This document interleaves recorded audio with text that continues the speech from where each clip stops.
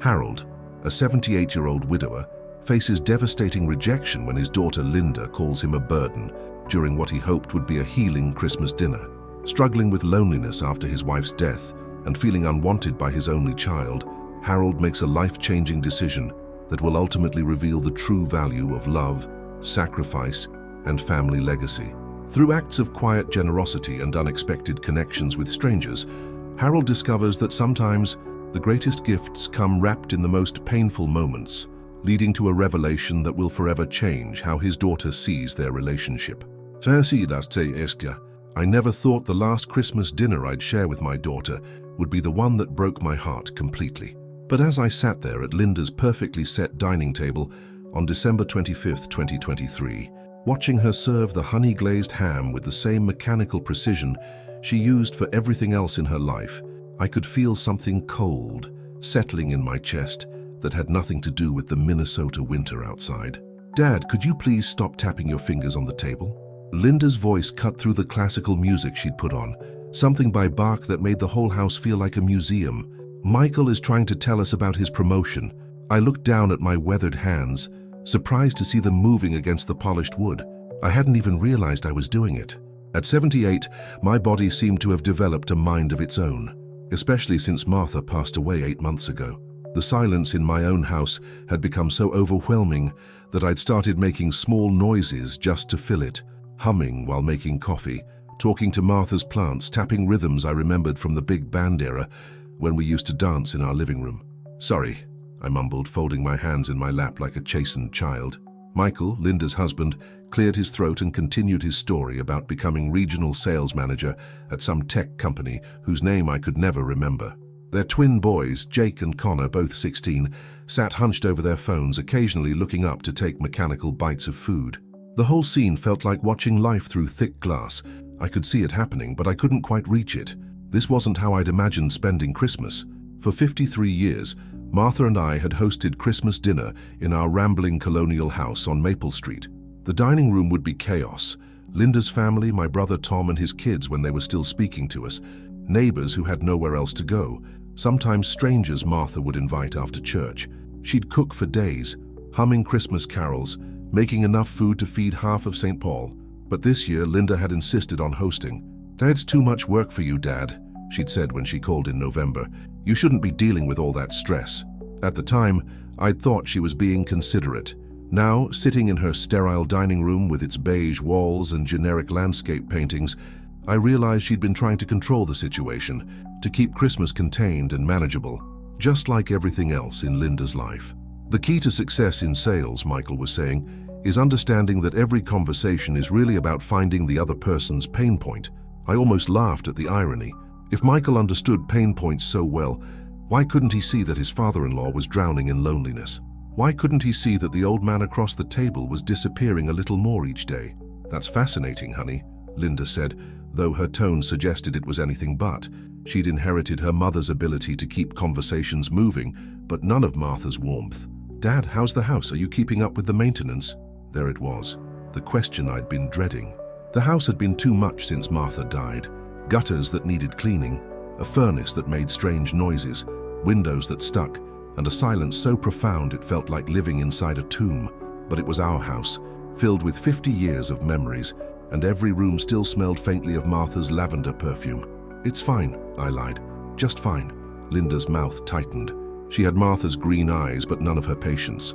"Dad, you're almost 80. That house is over 100 years old. The stairs alone—" "I can handle my own stairs, Linda." "Can you?" "Because Mrs. Henderson called me last week and said she's worried about you. She said you've been forgetting to bring in your garbage cans and your lawn looks—" "My lawn looks what?" The words came out sharper than I intended. Jake and Connor finally looked up from their phones, sensing tension the way teenagers always do. Linda set down her fork with deliberate precision. "Dad, I'm trying to help you. I've been looking at some really nice senior communities, assisted living places where you wouldn't have to worry about maintenance, where there are people your own age to talk to." "I don't want to talk to people my own age," I said. "Half of them are already dead, and the other half are just waiting around to die." "Harold," Michael's voice carried a warning. He'd never called me Dad, not once in 22 years of marriage to my daughter. Always Harold, like I was a business associate rather than family. What I'm trying to say, Linda continued, her voice taking on that patient tone she probably used with difficult clients at her law firm, is that we're concerned about you living alone in that big house. It's not safe, and frankly, Dad, it's becoming a burden. The word hit me like a physical blow. Burden. I'd been called many things in my 78 years. Stubborn, old-fashioned, too sentimental, but never a burden. Martha used to joke that I was her favorite inconvenience, but she'd always made it clear that sharing her life with me was a choice she made gladly every single day. A burden, I repeated, my voice barely above a whisper. I didn't mean, Linda started, but I held up my hand. No, you meant it. I could feel something shifting inside me, like ice cracking on a frozen lake. Your old man is becoming a burden. Is that what you tell Michael when you discuss me? We need to do something about Dad. He's becoming such a burden. Dad, please don't be dramatic. Dramatic, another word that stung. Martha had been the dramatic one in our marriage, the one who cried at movies and laughed too loudly at parties, and decorated our house like Christmas had exploded inside it. I'd been the steady one, the practical one, the one who went to work every day for 43 years at the insurance office and came home to her theatrical retellings of her day teaching third grade. You know what? I pushed back from the table, my chair scraping against Linda's hardwood floors. You're right, I am becoming a burden, and burdens should be disposed of properly, shouldn't they? Dad, sit down. Linda's voice was sharp now, embarrassed. The boys are here. I looked at Jake and Connor, who were watching this family drama unfold like it was a Netflix series. They were good kids, but strangers to me. Linda had made sure of that, scheduling brief supervised visits on birthdays and holidays, never letting them spend real time at their grandfather's house, where they might have gotten dirty or broken something valuable. Boys, I said, forcing my voice to stay level, your grandmother Martha used to say that Christmas was about making room at the table for everyone, especially the people who had nowhere else to go. She said family wasn't about convenience. It was about choosing to love people even when they were difficult. Harold, Michael warned again. I'm not difficult, I continued, looking directly at Linda. I'm just old, and apparently that's the same thing in this family. I walked to the front closet and pulled on my coat, the heavy wool one Martha had bought me 3 Christmases ago. It still smelled like her perfume from all the times she'd hugged me while I wore it. Dad, where are you going? Linda's voice had shifted to concern now, but it was too late. The word burden was lodged in my chest like shrapnel. Home, I said, to my burden of a house. The drive back to Maple Street took 20 minutes through empty Christmas Day streets. Every house I passed glowed with warm light, and I could imagine the scenes inside. Families arguing and laughing and making the kind of messy memories that matter more than perfect table settings. My house stood dark against the snow, looking as lonely as I felt. I sat in the driveway for a long time, engine running, heat blasting, trying to work up the energy to go inside and face another evening of silence. That's when I noticed the for sale sign in the Hendersons' yard across the street. They'd finally done it, moved to Arizona like they'd been threatening to do for years. Another piece of my world gone. I thought about Linda's words as I finally trudged up my front steps. A burden. Maybe she was right. Maybe keeping this house, clinging to these memories, insisting on living independently. Maybe it was all just selfishness disguised as pride. Inside, the house felt colder than usual. I turned up the thermostat and made myself a cup of tea, the same Earl Grey that Martha had served every evening for 50 years. As I sat at our kitchen table, the one we'd bought at a garage sale when we were newlyweds and too poor for furniture stores, I made a decision that would have surprised my daughter. If I was a burden, then maybe it was time to do something about it. But not in the way Linda expected. The next morning, I woke up with a clarity I hadn't felt since Martha's funeral. December 26th dawned gray and bitter, the kind of Minnesota winter day that makes you question why anyone ever chose to live this far north. But as I sat at my kitchen table with my morning coffee, black now since Martha wasn't here to remind me to add cream for my stomach, I knew exactly what I needed to do. I pulled out the phone book, something Linda would have mocked me for still owning, and looked up the number for Peterson and Associates. They'd handled our wills years ago when the kids were small, back when we thought we had forever to figure everything out. Mr. Peterson, I said when the receptionist connected me, this is Harold Whitman. I need to make some changes to my will. The appointment was set for that afternoon. I spent the morning doing something I hadn't done in months. I cleaned house. Not the surface cleaning I'd been managing since Martha died, but real cleaning. I vacuumed every room, dusted the photo albums, organized the basement workshop, where I used to build birdhouses for Martha's garden. As I worked, I found myself really looking at my house for the first time in months. It wasn't the burden Linda saw, outdated wallpaper and creaky floors and a kitchen that hadn't been updated since 1987. It was 50 years of love made tangible. The banister wore smooth from thousands of trips up and down those stairs. The hardwood floors in the living room bore the gentle indentations where Martha's piano had sat until we donated it last year because I couldn't bear to hear it silent. Every room held stories. The dining room where we'd hosted Linda's birthday parties, complete with Martha's elaborate themed decorations. Unicorns one year, dinosaurs the next. Whatever obsession had captured our daughter's 8-year-old imagination.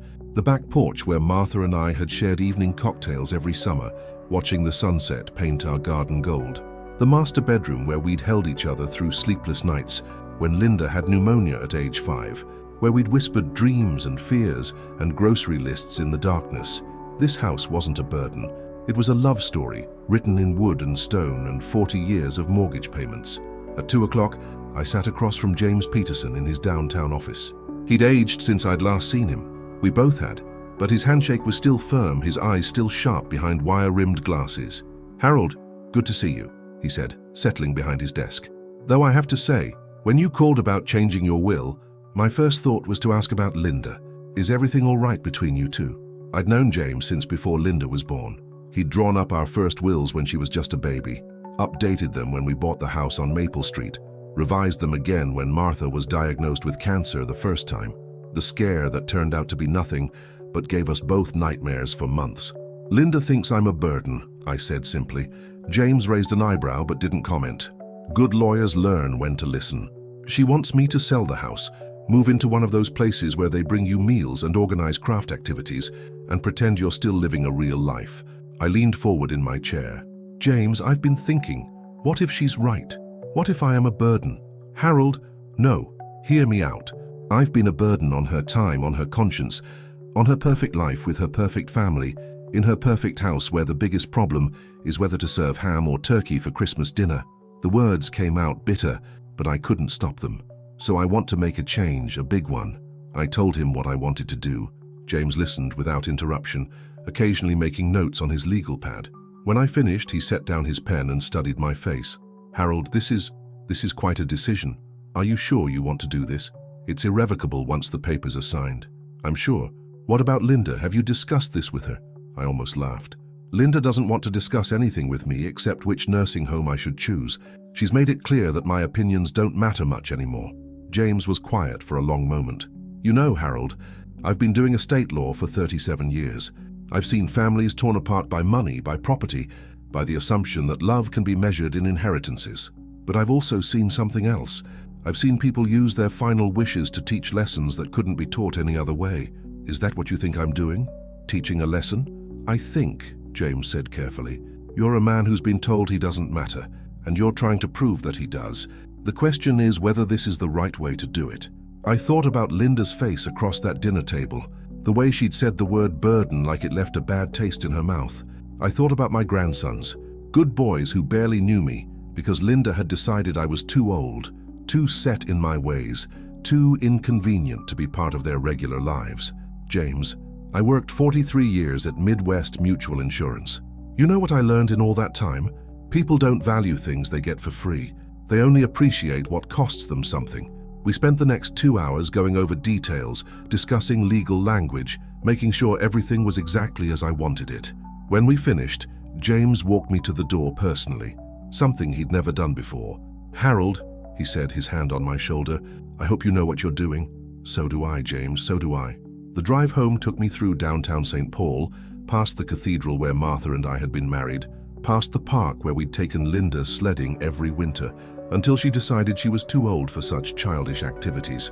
The city looked different somehow, sharper, like I was seeing it through new eyes. At home I made myself dinner, leftover Christmas ham and some of Martha's green bean casserole that I'd found in the freezer, labeled in her careful handwriting with the date and heating instructions. As I ate, I thought about my decision. Was I being spiteful, vengeful, or was I finally, for the first time in months, taking control of my own story? The phone rang at 7 o'clock. Linda's name showed up on the caller ID, a technology upgrade Martha had insisted on 3 years ago because she liked to know who was calling before she decided whether to answer. "Dad?" Linda's voice sounded strained. "I wanted to apologize for yesterday. I didn't mean to upset you." "You didn't upset me, Linda. You were honest. That's more than I can say for myself lately." "What do you mean?" I looked around my kitchen, at Martha's recipe cards still magneted to the refrigerator, at the ceramic rooster she'd bought at a craft fair in Wisconsin that I'd always thought was hideous but had never had the heart to tell her.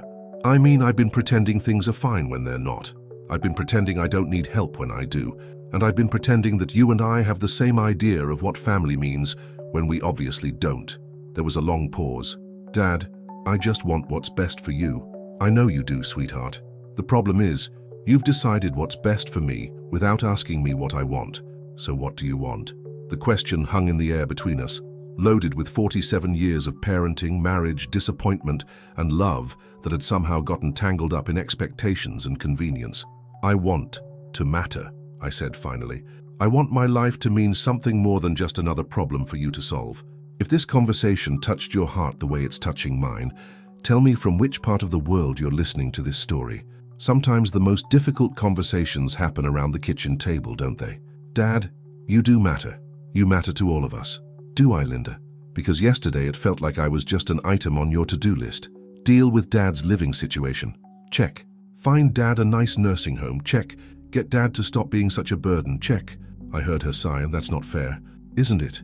We talked for another 20 minutes, dancing around the real issues, both of us too proud or too afraid to say what we really meant. When we hung up, nothing had been resolved, but something had changed. I'd stopped pretending everything was fine, and Linda had heard something in my voice that she hadn't heard in months. Purpose. That night, I sat in my recliner, Martha's Christmas gift to me in 1998, and looked through our photo albums. Pictures of Linda's childhood, our vacations to the North Shore, Christmas mornings when she was small and believed in magic and thought her parents knew everything worth knowing. Somewhere along the way, I'd stopped being her father and become her responsibility. But tomorrow that was going to change. Tomorrow, I was going to show my daughter that this old man still had a few surprises left in him. The next morning brought a snowstorm that would have kept most sensible people indoors, but I'd never been accused of being entirely sensible. I bundled up in my heaviest coat and drove through the swirling snow to First Lutheran Church on Summit Avenue, the same church where Martha and I had been members for 37 years, where we'd been married, where we'd had Linda baptized, and where 8 months ago I'd sat in the front pew listening to Pastor Williams deliver Martha's eulogy. I hadn't been back since the funeral. Every Sunday morning, I'd made excuses. The weather was bad, my arthritis was acting up, there was a good documentary on PBS. The truth was, I couldn't face walking into that sanctuary and not seeing Martha in the pew beside me, couldn't handle the well-meaning condolences from people who didn't know what to say to a man whose other half had been surgically removed from his life. But today was different. Today I had a mission. The church parking lot was nearly empty. Most people had sense enough to stay home during a blizzard. I trudged through 6 inches of fresh snow to the side entrance where I knew I'd find what I was looking for. The food pantry that Martha had helped organize 15 years ago. The basement room was warm and bustling despite the weather. Volunteers sorted canned goods, packed boxes of groceries, and prepared meals for anyone who needed them. I stood in the doorway for a moment, watching strangers work together with the kind of easy cooperation that comes from shared purpose. Harold Whitman, a woman with grey hair and kind eyes, emerged from behind a stack of boxes. "I thought that was you." "I'm Susan Morrison. I worked with Martha on the Christmas toy drive for years." I remembered her now. Susan and her husband had been at Martha's funeral, had sent one of those casserole dishes that accumulated in my refrigerator like edible sympathy cards. "Susan, good to see you." I shook her hand, surprised by how steady my voice sounded. "I was wondering if you could use some help today." She looked puzzled. "Help? But Harold, in this weather, shouldn't you be home by the fire?" "I should be a lot of places I'm not," I said. "But right now I'd like to be useful, if you'll have me." Susan's face brightened. "Of course. We can always use extra hands. Especially today, we're preparing emergency meal kits for people who might lose power in this storm." She handed me an apron, one of those cheerful floral ones that Martha would have loved, and put me to work packing boxes with non-perishable items. It felt good to have a task, something concrete and helpful that required my hands and my attention, but left my mind free to wander. I'd been working for about an hour when I heard a commotion near the entrance. A young woman had come in carrying a baby, followed by two small children clinging to her coat. She was thin, probably in her 20s, with the kind of exhaustion that goes deeper than just lack of sleep. "I'm sorry," she was saying to Susan. "I know you're probably closing soon because of the storm, but my heat got shut off yesterday, and I was hoping, if you have anything." "Of course, dear," Susan said, her voice gentle. "Let's get you and the children warmed up first, then we'll see what we can put together for you." The woman, girl really, she couldn't have been much older than my grandsons, looked around the room with a mixture of gratitude and shame. I recognized that look. It was the same expression I'd seen in the mirror lately, the face of someone who'd never expected to need help and wasn't sure how to ask for it gracefully. The baby in her arms couldn't have been more than 6 months old, and the two other children, a boy and a girl, maybe 3 and 5 years old, pressed close to their mother's legs. The little girl was crying quietly, that exhausted whimpering that comes when children are too tired and scared to make real noise. "Are you hungry, sweetheart?" Susan asked the little girl, who nodded without lifting her head from her mother's coat. "We have peanut butter and jelly," the young mother said quickly. "At home, We're fine for food, really. It's just the heat." She was lying, of course. I could tell by the way she held herself, by the way her eyes darted to the boxes of food with the kind of careful calculation that comes from knowing exactly how many meals you have left. "Ma'am," I found myself saying, stepping forward, "I'm Harold. I was wondering if you might let me help you carry some things to your car." She looked at me suspiciously, a young woman's wariness around strange men, especially when her children were involved. But something in my face must have reassured her because she nodded slowly. "I'm Rebecca," she said, "and I don't actually have a car. We walked here." "You walked here in this storm?" I looked at the children again, noticing for the first time that their coats were too thin, their boots worn through in places. "How far?" "About 6 blocks, Rebecca said, trying to sound casual. "It's not too bad." 6 blocks in a blizzard, with 2 small children and a baby. I thought about Linda's climate-controlled house, about my heated garage where my reliable Buick sat waiting, about all the small comforts I took for granted. "Well," I said, "I have a car, and I'm heading out anyway. Why don't I give you folks a ride home?" Rebecca's face went through several expressions: suspicion, hope, embarrassment, and finally, desperate gratitude. "That's very kind, but I couldn't. You don't even know us." "I know you're a mother trying to keep her children warm," I said. "That's enough." Susan had been watching this exchange with approval. She pressed a box of groceries into Rebecca's arms and handed me another one. "Harold, you're an angel," she whispered as we loaded supplies into my car. The drive to Rebecca's apartment took 15 minutes through streets that were becoming increasingly treacherous. She directed me to a run-down complex on the east side of St. Paul, the kind of place where young families go when they're starting out or when life has knocked them down a few pegs. "This is it," Rebecca said as I pulled up to a building that had seen better decades. 3rd floor. I looked at the groceries in my back seat, at the baby sleeping in Rebecca's arms, at the 2 little ones who would have to climb 3 flights of stairs in a building that probably didn't have much heat, even when the utilities were working. "Let me help you carry these up," I said. Rebecca's apartment was small but clean, the kind of place where someone had tried to make a home with limited resources. Children's drawings were taped to the refrigerator, toys were organized in plastic bins, and everything was neat despite the obvious poverty. The apartment was indeed cold. I could see my breath when I spoke.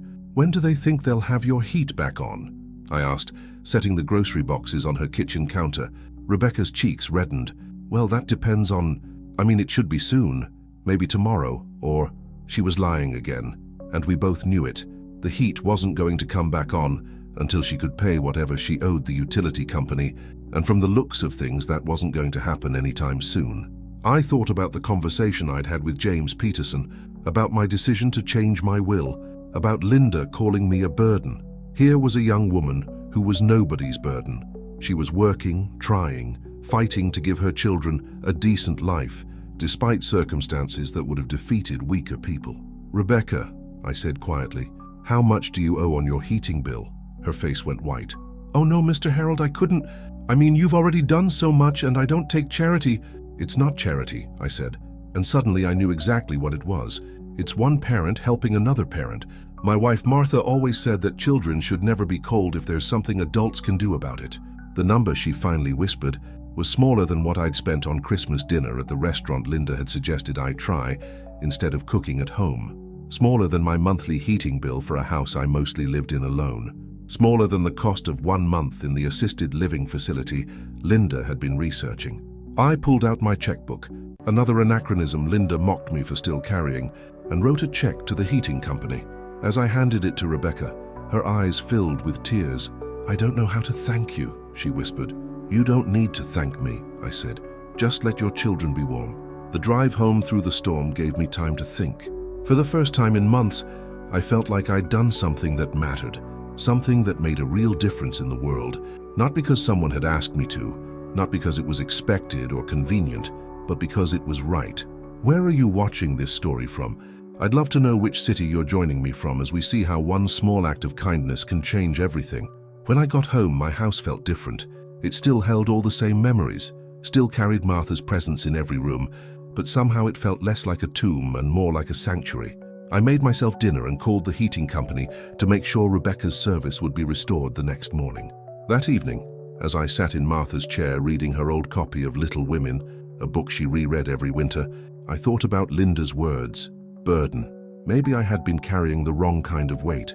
Maybe instead of being weighed down by grief and loneliness and the assumption that my useful days were over, I should be carrying the weight of purpose. After all, what good is a long life if you don't use it to make other lives better? The phone rang at 8:30. It was Rebecca calling from her newly heated apartment. "Mr. Harold," she said, her voice thick with emotion, "the heat came on an hour ago. The children are so happy and warm, and I just wanted you to know that you saved us.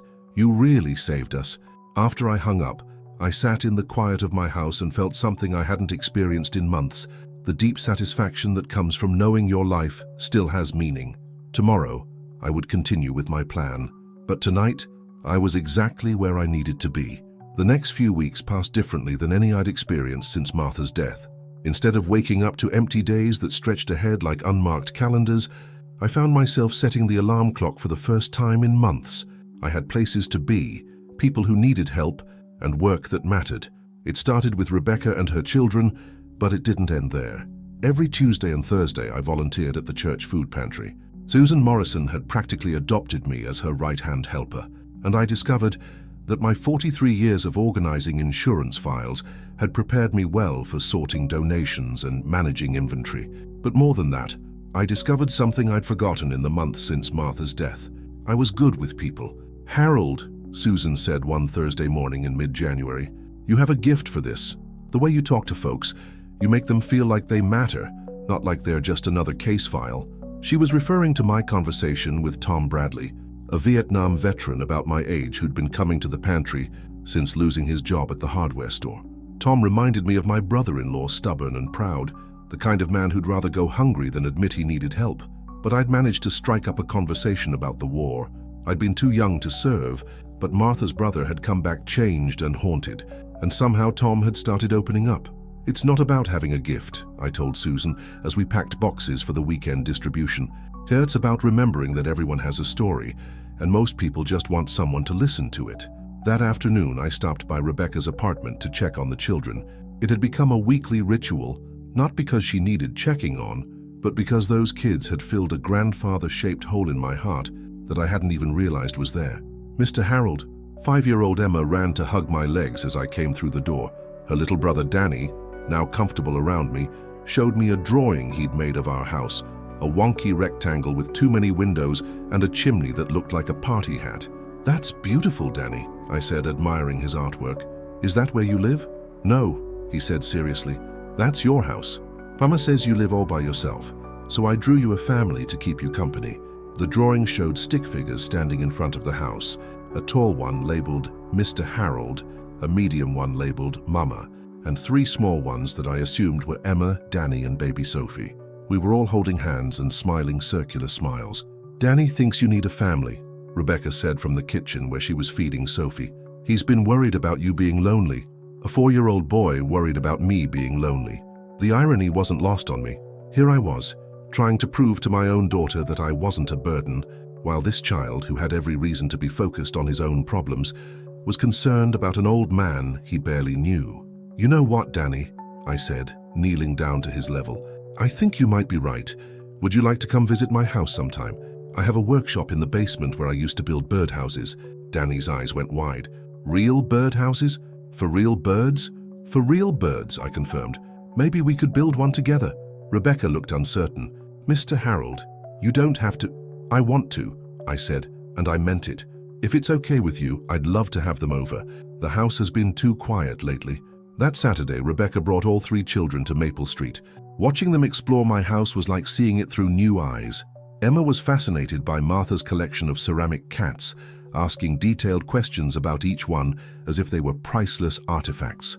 Danny headed straight for the basement workshop, running his small hands over the tools that had been gathering dust since Martha died. "Can we really build a birdhouse?" he asked, his voice filled with wonder.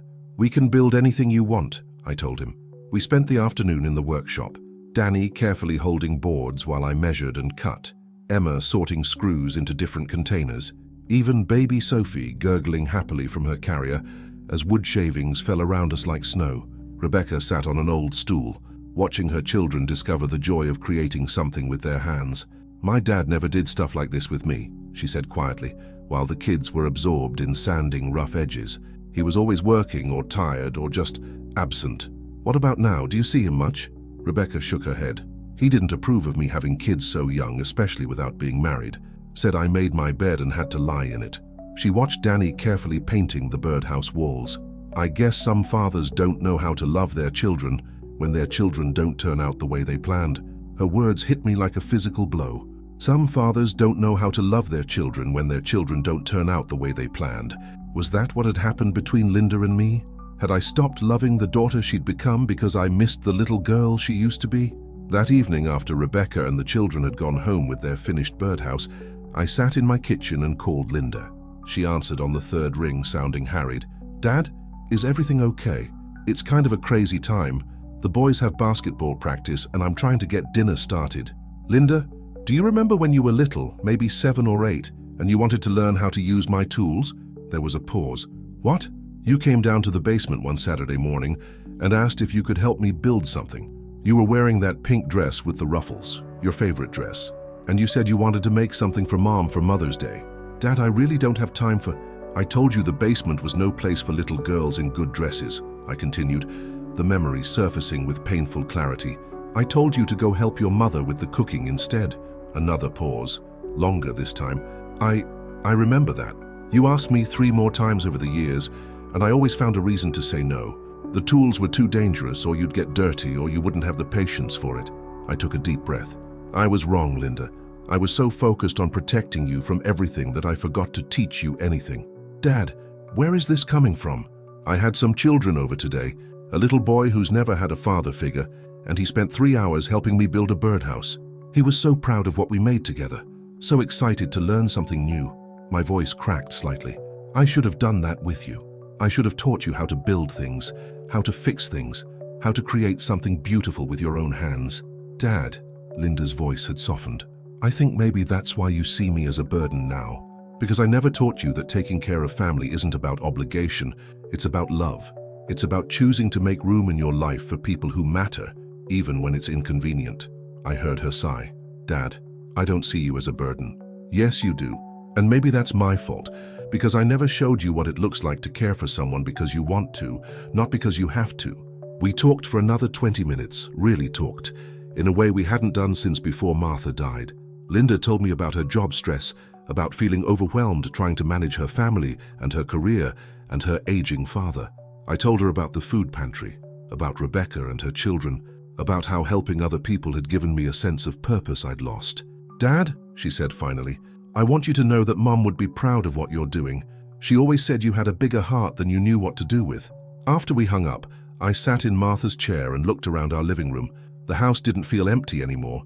It felt full of possibility, full of the laughter of children who'd spent the afternoon learning that they could create beautiful things, full of the hope that maybe it wasn't too late to repair what I'd thought was irreparable. If you've ever had to rebuild a relationship with someone you love, tell me from which part of the world you're listening to this. Sometimes the hardest conversations are with the people closest to our hearts. The next week, Linda called and asked if she could bring Jake and Connor over to see what I'd been working on in the basement. It was a small step, but it felt enormous. "Maybe," she said hesitantly, "they could help you with your next project. If you want the company." "I'd love the company," I told her, and for the first time in months I meant it. Change, I was learning, didn't always come in dramatic moments. Sometimes it came in the quiet accumulation of small kindnesses, in the decision to say yes instead of no, in the choice to build something instead of just maintaining what was already there. And sometimes it came wrapped in the laughter of children who believed that broken things could be fixed and that even old men could learn new ways to love. Word count 1:15-24. Tentar novamente. P. Faza o bloco 5. Com 1800 palavras editar. Chapter 5. The Revelation. By March, my life had taken on a rhythm I hadn't experienced since Martha's death. Tuesday and Thursday mornings at the food pantry, Saturday afternoons with Rebecca's children, and increasingly frequent visits from Jake and Connor, who had discovered that their grandfather's workshop was far more interesting than their video games. "Grandpa Harold," Jake said one Saturday afternoon as we worked on a bookshelf for Emma's room, "how come we never came over here before?" The question stopped me mid-measurement. Connor looked up from where he was carefully sanding a piece of wood, waiting for my answer. How do you explain to a 16-year-old that adults sometimes get so caught up in their own fears and expectations that they forget what really matters? "I think," I said carefully, "your mother and I forgot how to talk to each other for a while. Sometimes grown-ups do that, even when they love each other very much. But you're talking now," Connor pointed out, with the logical clarity that only teenagers possess. "Yes, we are. Finally." The truth was, Linda and I had been having real conversations for the first time in years. She'd started calling twice a week, not to check on my health or suggest assisted living facilities, but to hear about my volunteer work, to ask about Rebecca's family, to actually listen when I talked about my days. "Dad," she'd said during our last conversation, "I've been thinking about what you said about me seeing you as a burden. You were right, and I'm ashamed of that." "Linda, no, let me finish. I think I got so focused on taking care of you that I forgot about actually being with you. There's a difference, isn't there?" There was indeed a difference, and I was learning it myself through my relationship with Rebecca and her children. Taking care of someone means managing their problems, solving their difficulties, making their lives easier. Being with someone means sharing their joys and sorrows, learning from their experiences, allowing yourself to be changed by their presence in your life. The children had certainly changed me. Danny had appointed himself my workshop assistant, arriving every Saturday with a small toolbox that Rebecca had found at a garage sale. Emma had taken over the task of organizing my kitchen spice rack, claiming that my system made no sense and that Martha would be very disappointed in how I'd let things go. Even baby Sophie, now crawling and getting into everything, had brought chaos and laughter back into rooms that had been silent too long. "Mr. Harold," Rebecca said one evening as we cleaned up after dinner, a weekly tradition that had evolved naturally, "I need to tell you something." She looked nervous, fidgeting with the dish towel in her hands. The children were in the living room, Danny building an elaborate Lego city, while Emma read to Sophie from a picture book. "What is it?" "I got a promotion at work. Assistant manager at the store." Her face lit up with pride, then quickly clouded with worry. "It means more money, which is wonderful, but it also means different hours. Some evenings, some weekends. I'll need to find childcare, and I don't know how I'm going to afford." She trailed off, but I could see the familiar weight of single motherhood settling back on her shoulders, the constant calculation of time and money and energy that never quite added up to enough. "What if they stayed here sometimes?" I heard myself saying. "When you're working evenings or weekends, they could stay here." Rebecca stared at me. "Mr. Harold, I couldn't ask you to—" "You're not asking, I'm offering."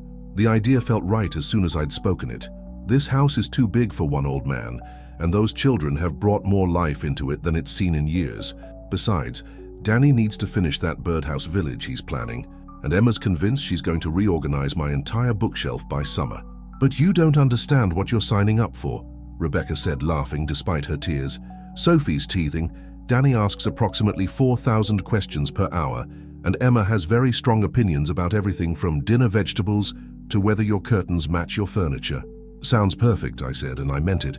That night, after Rebecca and the children had gone home, I sat in my kitchen and thought about how profoundly my life had changed. 3 months ago, I'd been a lonely widower whom his own daughter considered a burden. Now I was a grandfather figure to 3 children who needed me, a volunteer whose work made a real difference, and, maybe most surprisingly, a father who was learning how to love his daughter in a new way. The phone rang at 9 o'clock.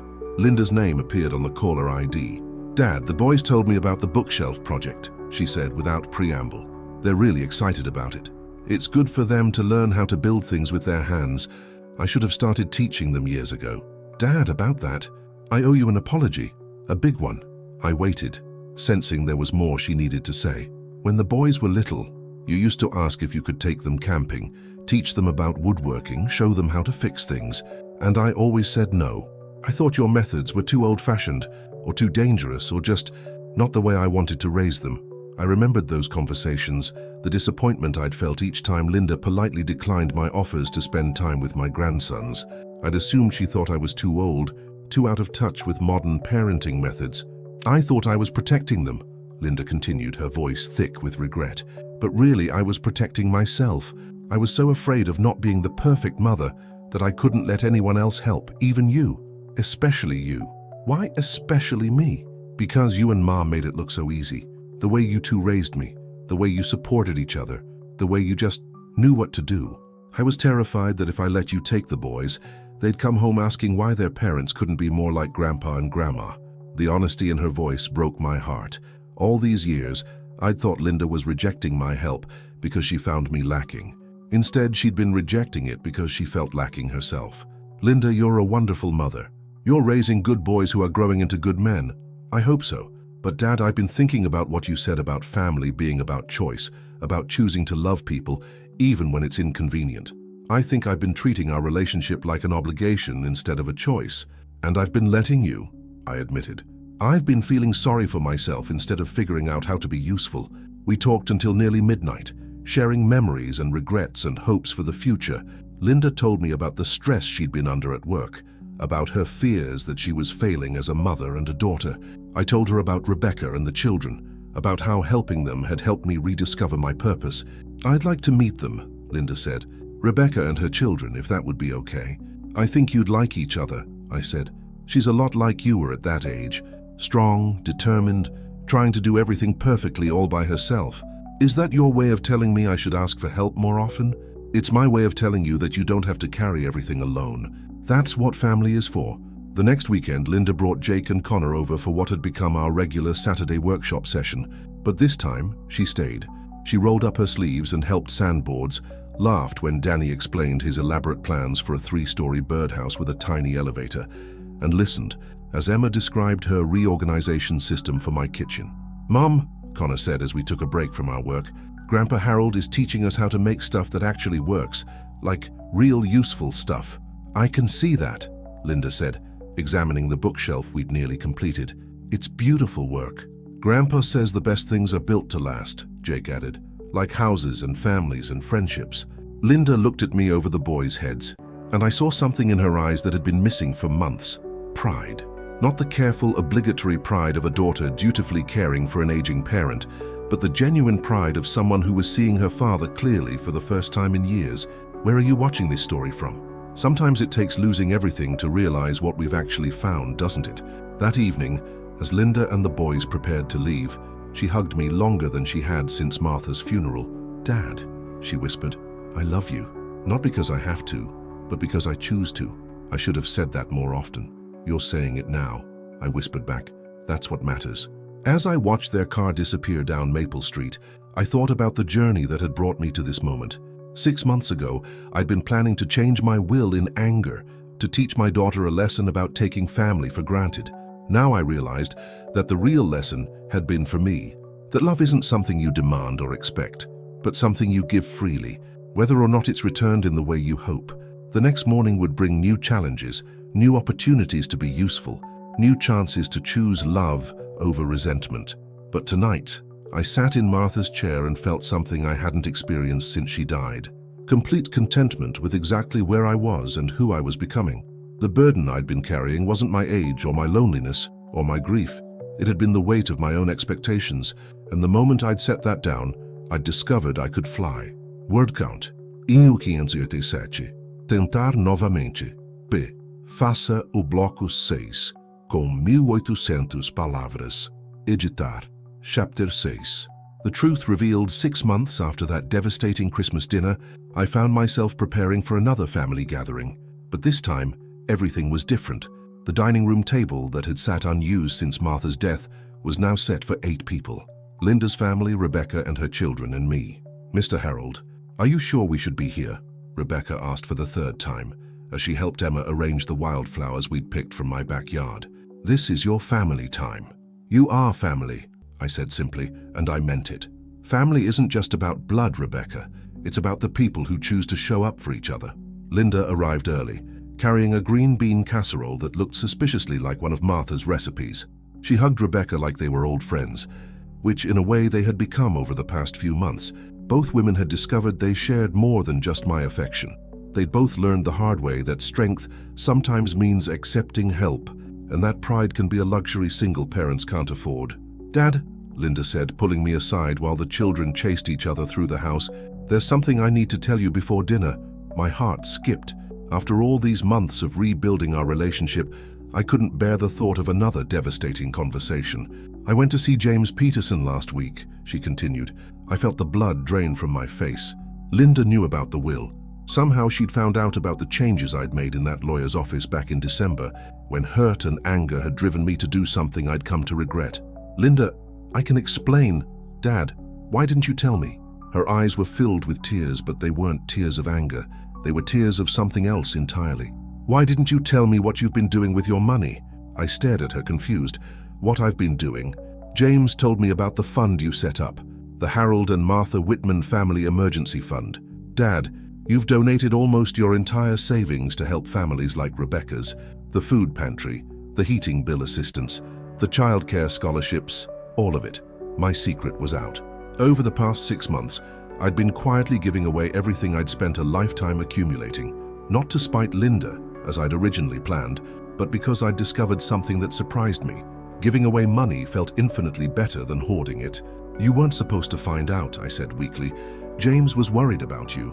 He thought maybe you weren't thinking clearly, making financial decisions based on grief." Linda wiped her eyes.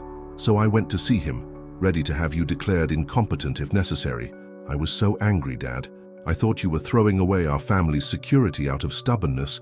I waited for the rest, for the lecture about fiscal responsibility and retirement planning that I'd been dreading. But then he showed me the letters," Linda continued. "What letters?" "The thank you letters from the families you've helped. Dad, there are dozens of them. Single mothers who kept their apartments because you paid their heating bills. Veterans who got back on their feet because you helped with job training programs. Children who had warm coats last winter because of your donations to the church outreach program." She pulled a folded piece of paper from her purse. "This one is from a woman named Margaret Torres. She wrote that her husband died in a car accident, leaving her with 4 children and no life insurance. She was about to lose her house when the emergency fund paid 3 months of her mortgage, giving her time to find work." Linda's voice broke. "Dad, you've been saving lives. You've been doing what Mom would have done, what she would have wanted you to do." I thought about Martha, about how she'd always said that money was just a tool, that it only had value when it was used to make other people's lives better. She'd have been proud of what I'd done, but she'd also have been amused that it had taken me this long to figure out what she'd always known. "I wanted to tell you," I said, "but I was afraid you'd try to stop me." "I probably would have," Linda admitted. 6 months ago I would have seen it as you being irresponsible, maybe even mentally incompetent. But now," she looked around the dining room, where Rebecca was helping Danny set napkins at each place, while Emma explained to Connor the proper way to fold them. "Now I see what you've been building here. You haven't been giving away our family's legacy, Dad. You've been expanding it." Jake called from the kitchen that dinner was ready, and we all gathered around the table that had been silent for too long. As I looked at the faces surrounding me, my daughter and grandsons, the young woman and children who had become like family, all of us connected by threads of choice and love rather than obligation, I realized that this was what wealth actually looked like. "Before we eat," I said, standing up, "I have something I need to say to all of you." The room grew quiet. Sophie babbled happily from her high chair, the only one unaware of the weight of the moment. 6 months ago, I thought my life was over. I thought I was a burden to my family, a useless old man taking up space in a world that had moved on without me." I looked at Linda, who was crying again. I was angry and hurt, and so lonely that I could barely get out of bed some mornings. Danny reached over and patted my hand with his small one. "But you're not lonely now, Mr. Harold." "No, Danny, I'm not lonely now, and that's because all of you taught me something I'd forgotten. You taught me that love isn't something you earn by being convenient or easy to manage. Love is something you give, and the more you give it away, the more you have. I pulled out a manila envelope from the sideboard behind me. Linda, I need to give you this. She opened it carefully, her eyes widening as she read the documents inside. Dad, this is the deed to the house. Why are you... Because I've been thinking about what you said about this place being too much for me to handle alone. You were right. It is too much for one person. I smiled at her confusion. But it's perfect for a family. I turned to Rebecca, who was looking puzzled. Rebecca, I know you've been looking for a bigger place now that you've gotten your promotion, and I know childcare is still a challenge with your new schedule. Mr. Harold, what are you saying? What are you... I'm saying that this house has 6 bedrooms and a big backyard and a workshop where children can learn to build things. I'm saying that I've lived here for 50 years, and the best parts of my life have been the times when it was full of people I loved. Linda was staring at the papers. Dad, you're giving us the house? I'm giving us all a chance to be a real family, I said. If you want it. Rebecca, you and the children would have your own space, your own lives, but we'd be here for each other. Linda, you and Michael and the boys would have room for everyone when you visit, and the boys could have their grandfather close by when they need help with projects or homework, or just want to talk. The room was silent except for Sophie's cheerful gurgling. And what about you? Linda asked quietly. I'd like to stay if you'll have me. I'd like to keep volunteering at the food pantry, keep helping families who need it, keep being useful instead of just existing. I looked around the table, but most of all, I'd like to be part of a family again. A real family, chosen and built on love instead of obligation. Rebecca was crying now, holding baby Sophie close.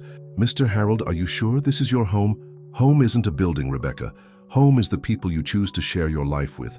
If you've ever had to rebuild your definition of family, tell me from which part of the world you're listening to this story. Sometimes the greatest gifts come disguised as the hardest losses. The conversation that followed lasted long into the evening. There were practical questions about living arrangements, legal discussions about property ownership, and emotional conversations about what this new kind of family would look like. But underneath all the details was something profound, the recognition that we had all found what we'd been looking for without even realizing we were searching for it. Rebecca found security and support for her children, along with grandfather figures who would love them unconditionally. Linda found a way to care for her aging father without sacrificing her own family's needs.